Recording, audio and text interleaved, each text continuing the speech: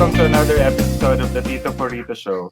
Tonight, instead of talking about business and entrepreneurship, I decided to bring in a guest from my younger days. I can say technically that we grew up together because we attended the same elementary and high school together. She is now a visual artist and has hosted her own.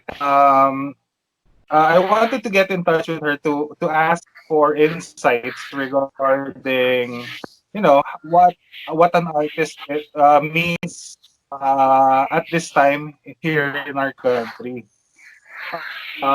Kasi before, when you want to be an artist, maraming negative na connotation na, mag-artist. Let's ask her about it kasi she's been in the industry for like 3 years now.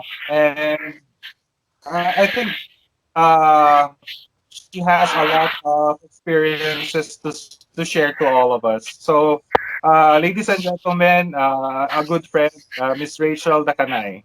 Yay! Hi, Rach. Welcome to the show. Hi! Hi! Thank you for inviting me.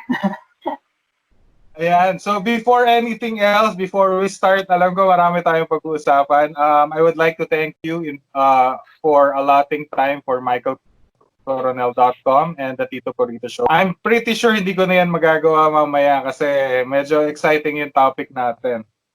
So, kamusta? Kamusta? How are you? I'm good. I'm good actually. Ngayon I'm preparing for a show in October. So, ngayon pala actually ako nagpe-paint. um, Hindi ako naka-paint during the lockdown. pero, pero, Yeah. ano yan? Pandemic or not, tuloy yung exhibition o depende pa rin? Most of the galleries now, since during the ECQ, kasi there's a schedule usually, minsan 2 years ahead of time pa yung schedule nila. But, tinuloy pa rin nila, they had virtual exhibits. And now, on GCQ na tayo, so they did na, pero by appointments only, pero they still do the virtual exhibits, more on social media, kasi parang ngayon, the generation, the time ngayon is parang, puro social media na ang ang Oo add nga. mo. Everybody's adapting to what's happening, no? Hindi pwedeng stagnant ka eh. You have to pivot really. Kung hindi mo ginagawa before na magbenta online or do your business online, now you have no choice, di ba? That's actually Yeah. what this whole thing taught all of us eh. So, my first question to all of my guests is almost the same. Before you are an artist, what have you been doing? Are you just, alam mo yun, kagaya ka rin ba namin na who works a 9 to 5 job, or are you a businesswoman? Actually, I did a lot of things. First, kasi my mom has a business in garments. So, after I graduated, parang nag-try ako to help out with the business, the family business. And then I graduated as an interior designer. So, I did freelance interior design. And then after that, I had my own business then in DF, in Ruins. I had my garments business there, selling swimsuits, ganyan. And then I also did the office office thing na nine to five. But it really isn't for You me. did work a 9 to 5 job. Yeah. Pero siguro like the first month I was really excited na parang, oh, I'm an office girl, parang ganyan, diba? Pero after that, parang nababurn out na ako na parang, tomorrow, ganito na naman ulit. Parang parang everything is routinary. Monotonous. Yeah, and Monotonous then I din. also, yeah, and Actually, then yan I nga also thought, yung problema na ayaw mo nun, marami tayong ganyan eh. Ayaw natin ng iniisip mo na kagad ano kaya lunch sa canteen tomorrow, ano kaya nag-iiba lang yung utos ni boss no? Pero the whole thing, yung Yeah. commute, Every Friday, yung monggo work, sa canteen. Ganun. correct. So, uh, we were discussing kaganina you went full time on being a visual artist 3 years ago. Tell us what inspired you to pursue a career in visual arts. When I worked kasi in Pampanga, parang it's sort of like an in-house designer. I did yung interiors, yung ng hotel and villas. And then sabi ko, well, what needs here is paintings. Tapos sabi nila, but paintings are a bit expensive. Tapos sabi ko, oh, I can make. Sorry kung ganyan. By the way, I started painting pala. It was just a hobby. After I graduated, I started painting in 2004. So from every now and then, when I want parang to have my own world, I paint. So parang that's the time na parang nung I offered the painting to the villa. Nag-freeze na yung brain. Like, okay, yeah.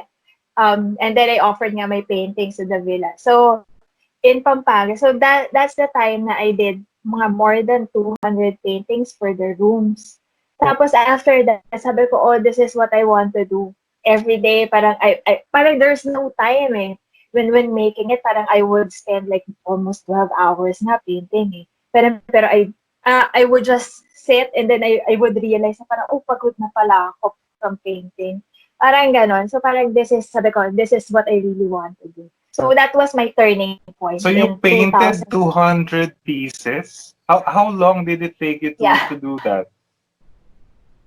Actually, abstract lang naman. It's, but not abstract lang, but it's, just for the theme of the room. I did parang splashes, abstracts, and that's the time na parang I got to master yung acrylic, my own medium na, what I'm using now.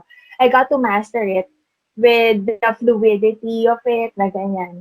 So, siguro mga like, I did it 2 to 3 months, the 200 paintings. So, that's the actually turning point. Kaya after that, after what I did there, sabi ko, I experimented on my own stuff. Sabi ko, I want figures. Pero I want it like this, with the dresses like this. I want it moving, ganyan. So I experimented. And then, yun na, doon na lumabas yung style ko. So from 2017, late 2016 and 2017 onwards. Yun na. When you see a painting, your painting, you would, I could automatically say na, gawa ni Rachel to. Ang galing, ang galing. Thank You have your own style. Yung sinasabi ng mga matatanda sa atin na painting or any other form of art is for, para lang sa may mga kaya. Is it really true?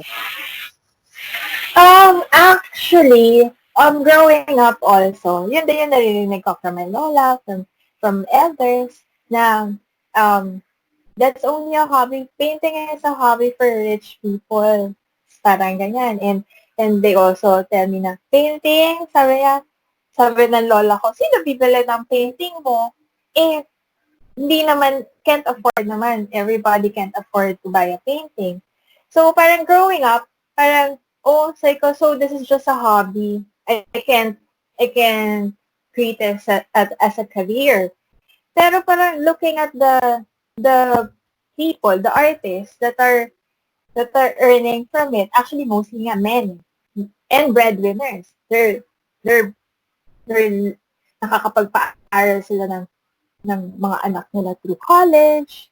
Parang ang dami. And a lot of artists, marami rin akong kilalang artists, they're struggling and they're starving artists, and there are also artists who are earning a lot from their art. So, to their parang work. sabi ko, okay. So if nung time na it was mentality ko growing up, my mentality was, it's just a hobby. Pero nung there came a turning point in my life na parang, ito yung gusto kong gawin eh. This is the only thing na parang I can express myself freely, na I don't feel like I'm stuck up. I don't feel like I'm in between four walls, or parang restricted, or parang this is parang for me, this is my own freedom. So, parang I want to do this. So parang I looked up to the mga sikat na artist na parang they're there. So I asked them, sabi ko, how can you make this a career? So ang dami actually. A lot of people gave their advice. Um ang dami. It's looking for the right collectors, looking for the right people. Parang it will come. It will come. Parang the first and most important thing is you have to love. You have to love what you do. So parang with me, when I had my chance nakuha ko na yung style ko, then that was the time na parang, oh, sige, if I want to do this, I have to do just this. I have to focus on doing my art muna. I won't be looking for a job, or I won't be um, doing something else. Parang psycho, eto muna. I have to focus. So, that's what, that time na parang, after my first sale, when I joined, kasi Bulan, and, or ano, they were, one of the, groups that was invited to join Art in the Park. So, when I joined them, sa ko, nung time na yon, mga paintings ko was just mounted pa lang, nakalagay sa illustration board, and then I wrapped it in um, clear plastic lang. Kasi wala pa ako pang frame nun eh. And I don't see naman na parang gagastos ako po muna. Parang nandun pa yung mentality ko na parang sino bibili ng art Tama. ko. So you were playing safe pa lang before that. Kasi you really don't know if it will Oo. work out, di ba? Yes. Parang I was just testing the market muna. Parang may market ba ako? Parang ganun. Yun yung first time that I felt that I was an artist, kasi a stranger bought my artwork. Kasi it's a different thing. If it's a relative, a friend, kasi parang Tama. they know you eh. Parang, oh, baka mamaya, support lang nila sa'yo. Diba? So it So was a parang proud that was moment the for you. first time. Yes. Oo, para feeling ko, oh my God, sabi ko nung time na yun, parang gusto ko namnamin, kaso ang daming tao, diba? Parang after nun, parang doon ko nirealize na parang, oh, sabi ko, eto talaga. Sabi ko, this is what I want to do. Eto talaga. And What you then, want to do for the from rest of your then, life. yeah, oo. Parang, eto talaga. Yung, di ba, there comes a moment in your life na parang sasabi mo na, oh, this is it. This is what I want. This is what I want to do. Parang, this is me. Di ba, parang ganun eh. It comes in different times eh. There are people na as young as they are, alam na nila what they want to do. I know a lot of people na high school pa lang, they wanted to be doctors, they wanted to be nurses. And I really, alam mo yun, I admire them. Kasi ako, up to this point, medyo doubtful pa ako Yeah. what I really want to do. Pero I'm hearing a lot of people na, just like what you said, na it will come. It will come. You just have to try things out. Kasi you will never know hanggang hindi mo sinusubukan eh, di ba? Yeah. Uh, Yeah. so yours just came on that very instance na this is what I want to do. Actually, parang it was a series of events na parang that led me to art. Pero, looking back, parang lahat ng mga pinagdaanan ko na work, na business, na experiences, parang it came in handy. Parang ngayon, nagagamit Gamit ko mo siya. siya Parang lahat. feeling, parang, oo, parang feeling ko I was just being prepared for this, kasi with business, so I had my own business then, with my mom's business. So ngayon, parang with my art, it's my passion, and yet I'm earning from it. So parang I treat it also as a business. Diba, how I market it, how I market my, parang my name is a brand in itself, diba, for the painting. So how I market it. So parang ganun din eh. And then I graduated as an interior designer. So with interior naman, with painting, so parang I can see, oh, parang in your house, bagay itong painting ko na ganito. So more or less, diba? Or with the color combinations and everything. Oh, pag ganito yung ginamit ko, bagay ito sa medyo modern na bahay. So nagagamit mo yung scale, yung proportion, and all, color, right? Yes, actually, yeah. So parang it's a series of events that parang it actually prepared me to be who I am now. Parang ganun. Ang galing. So, pwedeng movie yun ah. Pwedeng ng movie. So, totoo lang. So, let's talk about your process. How long does it take you to finish a piece? Actually, it depends actually on the mood eh. Kasi sometimes, like, on the spot, I can finish a painting in. Parang pa on the spot, like, small paintings lang naman siya. So, 3 hours, ganyan. Minimum of on the spot, 2 hours, 3 hours. But sometimes naman, it would take me like a month, 2 months. Sometimes, like before, when last year, when I had my solo exhibit, dumating na yung canvas. When it all arrived, parang it was all in front of me, the blank canvas. And I was staring at it for like 3 weeks. All blank canvas. Every day I would go to my studio and just stare at it. Tapos there came a point na parang lumuluha na yung mata ko. Parang nakatingin ako, parang I have to, parang hindi ko kasi that time, I couldn't visualize what's in it eh, what's inside. But, parang sa akin kasi, my process is, when I look at the blank canvas, parang more or less, parang it unfolds, parang nag-visualize ko na on how it would look like, on how I would do this, and how I would do that, ganyan. Was it always like that? Or you just developed it na, it's like, parang pagka nagde-drive ka, alam mo na, liliko to. Biglang magto-30, it's like, you can see things before they happen. Na, was it always like that? Parang gano'n, oo. Did you develop that ability? Baka it's just my process. I don't know. Pero, ganun eh. Parang di ba, when driving, parang, sometimes parang, muscle memory. Muscle memory mo na. Like, if something happens, di ba, parang alam mo na yung kanya.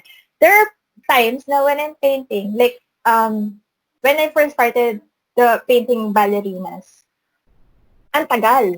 Parang I was experimenting pa eh. Ang tagal. Pero, right now, I had painted a lot of ballerinas already. So parang, it's my comfort piece. So every time I do it, ang bilis na. Kaya ko na siya na mabilis.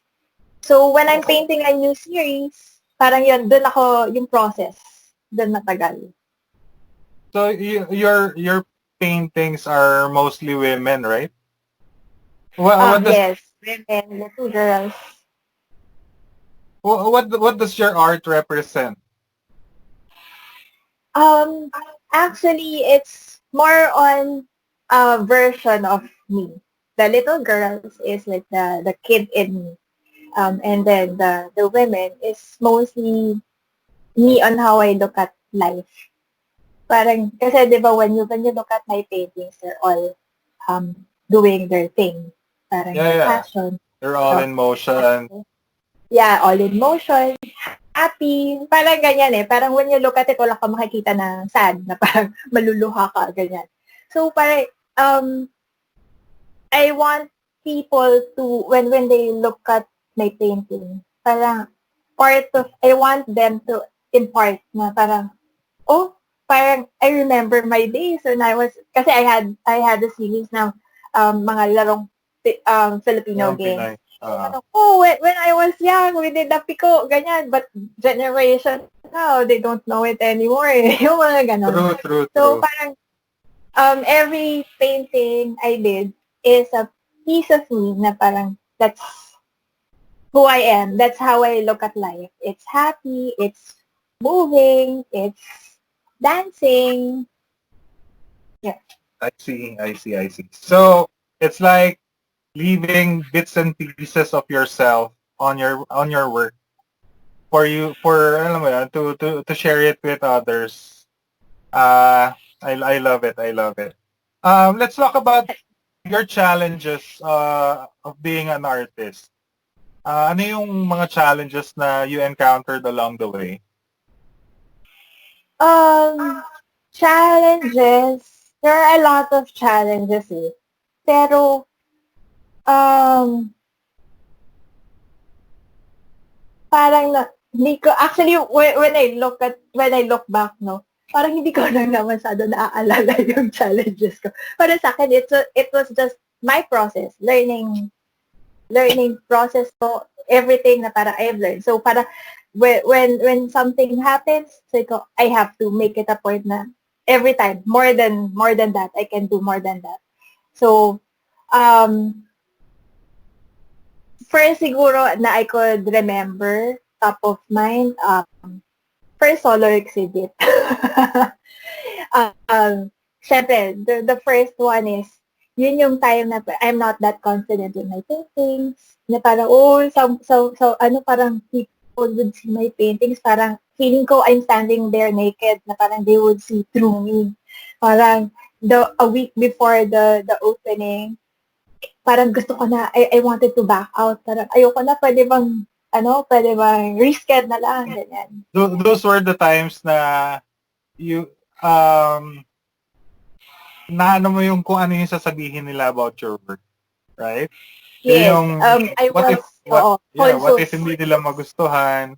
Pero right now, meron pa ba niyan? Constructive. I look at it as a constructive criticism. If they don't like my work, okay lang. If they prefer other things or sasabihan nila ako ng I think mas maganda pag ganito yung gawin mo. Don't do like that. It's not ganito, ganyan. But ano sinasabi mo? Here's a brush, here's the canvas, you painted, show me. Ganun. Parang ganun, diba? Pero I look at it as baka naman she has a point, diba? Baka naman they have a point. Sige, okay. When I have the time, I'll try it. I try to do it. Pero, like, ngayon, I don't do commission works. I have a hard time doing commission paintings. Kasi, when I had an order pa 2 years ago of commission work. Tapos, up till now, hindi ko pa rin siya nagagawa. Because parang, when I paint it, parang nakikita ko yung, parang tumatakbo sa utak ko na parang, will they like it ba? Will they approve of this? Parang parati kong kina-question yung sarili ko. So, it ended up, 3 times ko siyang inulit, and then, pinatuwa ko pa siya ng white paint, just to, parang, hindi ko lang mag-aya yung the first one I did. So, up till now, hindi ko pa rin nagagawa. So, parang sabi ko, okay, so, hindi mo na, it's not for you. Yes, it's not for me. Para, I want to do my own thing. The freedom of doing my own. Pwedeng sabihin sa akin, like, this team. Kasi with group exhibitions, usually they have a team. So, para, this team will do it like this one, like, or this color, or this ganyan. So, okay lang sa akin yun. I would make around with it. But, to copy or to do something na, well, like, kunyari, mayroon portraits, ganyan, parang nahihirapan ako to do it. But I would always think, parang siguro, when I was practicing a freelance interior designer, I'm doing what their dream house would look like. It's for them. You're doing what they want. Oo. Pero yung freedom of, pa rin, I would design, but it needs to have an approval.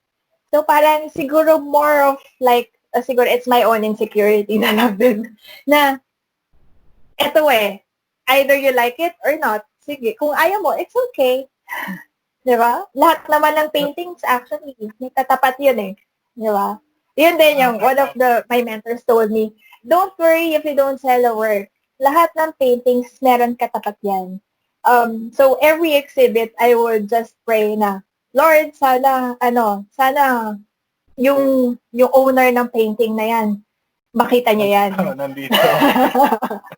Tama. Oo, It's like, mapadaan siya dyan, makita niya. Oo. meron kasing mga ano na, when you see it, oh, I like this one, diba? People will ask you, anong nagustuhan mo dyan? Pero, the person and that painting, they belong together, eh. So, let's talk about marketing. Do you have people doing that for you?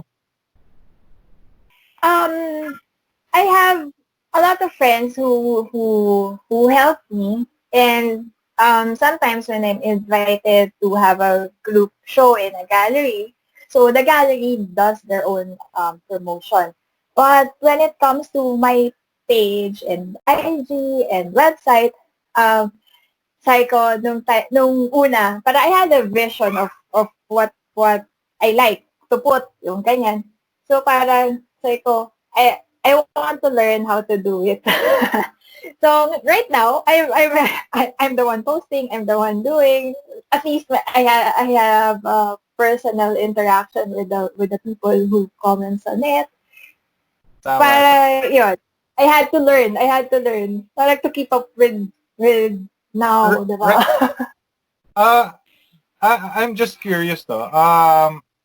Throughout the day, may downtime ka ba? Or, kasi you said ka ganina, you work depende sa mood mo. There are artists na, I think I just watched it on TV, and he said, some artists are like that. Pero siya daw, ang ginagawa niya is, he works, and then yung motivation comes. So, artists are different, di ba? Pero what I want to ask is, dun sa, on a, let's say on a typical day, how much of it is spent downtime? Yung wala kang ginagawa? O My iba-iba pa usual rin? schedule is, iba-iba eh. Like, my usual schedule is, before actually, parang na-disrupt siya ng ECQ eh. Before ECQ, I would wake up like 4:35 a.m. and then I would paint. Tapos pag may araw na, and then I would have breakfast, and then I would paint a little more, and then lunch, and then I would start to paint again, siguro mga 5 p.m. to till I don't know what time, siguro minsan naabot ako 11. So, it depends eh. But nung ECQ, since we're forced to stay at home, diba? I would still go to my studio at that time. I would look at like my blank canvases, my painting, the Yung commission unfinished work mo, Wala. pinibisigan mo pa. Oo. Nakatago na siya somewhere. So I would still go. I would still go to my studio. Kasi parang is habit ko na rin. But but sometimes kasi there are just moods na you couldn't paint kahit nahawak mo yung Premia, yung brush. Parang hindi eh. Parang everything parang hindi. Kasi pag when I'm in the mood, parang lahat, everything parang comes easy eh. Parang, oh, okay. Oh, maganda to. Oh, maganda to. Even the accidents, the mistakes na parang kunyari, kasi I usually yung mga splatter na ganyan, lumagpas ng konti. Oh, parang maganda yun ah. Yung ganon, parang it comes easy eh. Kaya parang sa akin, mood. Depends sa mood ko. Sa mood talaga. That's good to hear. Next part, I want to talk about some of your proudest and lowest moments. You mentioned ka ganina dun sa Art in the Park. One of the proudest moments is when someone bought your artwork, which is not a family or a friend, diba? aside from that, ano pa yung mako-consider mo na proudest? Yung solo exhibit, I guess. Yeah, the solo I did the first one in Rico Renzo. That was in 2000, hindi pa ako full-time artist nun. 2007? 2007. That was in 2007. Yes. That time, proudest and in a sense, it was my lowest point. Why? After the exhibit, kasi, di ba, syempre, proudest kasi, uy, I did the solo na, ganyan. Pero, at the same time, andun yung fear, andun yung kaba na parang, pagkatapos ito, may bibili ba ng painting ko? Makakabenta ba ako? Pero actually, the selling of the painting is just a bonus point. It's more of, what I learned from the first exhibit. Kasi parang feeling ko that time, since I'm a self-taught artist. Hindi ako, I'm an interior designer. Hindi ako nakapag-aral sa artist. So, I didn't know kung ano yung, and new ako sa art scene. So, I didn't know yung ano ba talaga yung what's happening, what's really happening. So, parang I thought when I have a solo, artist ka na. Parang ganyan. But after that, I realized na parang, hindi pa pala. There's so many things I need to learn. Oo nga. Parang, there's a lot of things na, ang lakas lang ng loob ko. Well, actually, malaking bagay yun. Kasi, minsan, there are things na nakukuha sa lakas ng loob talaga eh. Actually, and it courage naman. It all starts from there. After that, I didn't paint for like 2 months. Para feeling ko, I couldn't paint. Para feeling ko, I don't know eh. Parang nawalan ako ng confidence to paint after that. Oo, kasi parang highest and lowest ko eh. So, parang after nun, nakita ng mga tao, nakita ng real artists, extreme eh. Kasi parang, I don't know if a lot of people would get it, but kasi painting, personal, di ba? Personal to an artist, yan eh. Parang expression yan. So, if somebody would, parang gano'n, or maiba yung ano. And ang time na yan, I was very young. Tapos, hindi ko pa alam si art scene, what's really happening sa art scene. So, yun. Tapos after nun, sabi ko, but I sold a lot of paintings din. Pero usually, kilala ko nga. So, parang wala akong nabenta nun from a stranger. So, parang feeling ko, okay.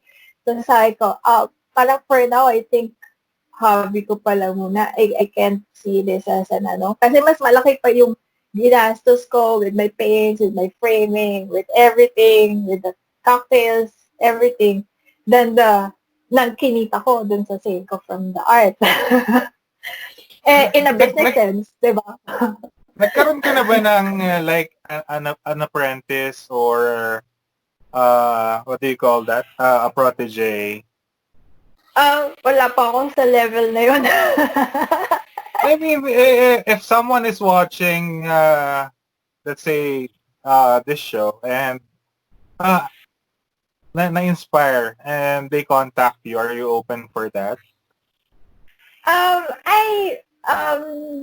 For now, siguro I'm not sure. I'm not sure pa kasi para I have a lot of things going on. Pero I did taught kids before, art sessions, and in a school here in Quezon City, I had an art class for a year, for the whole school year. So I taught kids like from grade 1 to high school. So it's a different story. A lot of the kids today, medyo sila sa arts ngayon kasi I don't know if sobra yung distraction from the internet. Kasi when we were growing, 'di ba? When we have nothing to do, alam mo yun, you get a pencil, you get a scratch, a pad, and then you do Ngayon kasi Oh, I really yeah. don't see kids doing that anymore. And alam mo yun, siguro, being an artist, parang meron ba kayong ano niya na parang anong tawag doon? Social responsibility or what? I don't know if Um, that's what it's called, Oh, pero actually, when I was teaching kids, I realized kasi the younger kids are much excited pag makita pa lang nila yung anino. Oh, si Miss Rich! She's here! She's here! It's our time! Ganyan. So, panakot ng ibang teachers was, pag hindi nyo tinapos, hindi kayo mag-art class. So, talaga. younger kids yun. Oo. So, yung younger kids, na-realize ko, mas free kasi sila to express themselves, to be creative. So, para mga grade 4 pataas, pa-self-conscious na sila ng pa-self-conscious. Na parang, I don't know how to draw. I don't know how to do it like this. I don't know. Yung parang yun na yung um, nakahon na sila with how to do things. Like with yung mga grade 1, parang when I say, draw something that I would give like a theme. So they would draw like yung human figures nila. Sabi how to draw a human, ganyan. How to draw people, ganyan. I don't teach them to draw it like a stick figure. I would teach them, ikaw, how do you see it? See it as how draw it as you see it, as you interpret it, ganyan. So they would have their own thing, di ba?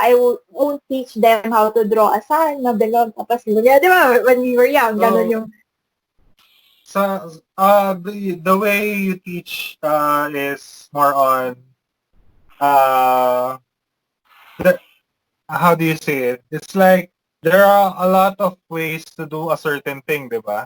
And show me what's yeah, yours, and then we'll go from there. Diba? yeah. I will not teach you how I draw a person. Show me how you do yours, and then we'll go from there. Yes. Kasi That's that's the their creative process how to express themselves. So parang when they turn na siguro mga older na, parang they would question, I don't know how to draw. So ko, can you draw a line? Hindi magda-drawing siya. High school na to Sabi niya, I don't know how to draw. Sabi ko, can you draw a line? Sabi yes. Did you know how to draw? Sabi ko, it all starts from there. It all starts from a line, drawing a line. Diba?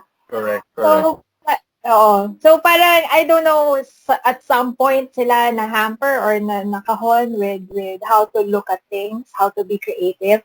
Kasi, or baka kasi technology nowadays, di ba? Para ang bilis. Oo nga, sa kanila it's either they know or they don't eh. Yeah. Natatakot sila na wala silang in between Oh, na I know a little, right? I can do yeah. this pero I'm not good at it. Sa kanila I don't know. I don't know. Siguro that's one ano na we should look at. Um, Yeah. do you have any exhibitions coming up?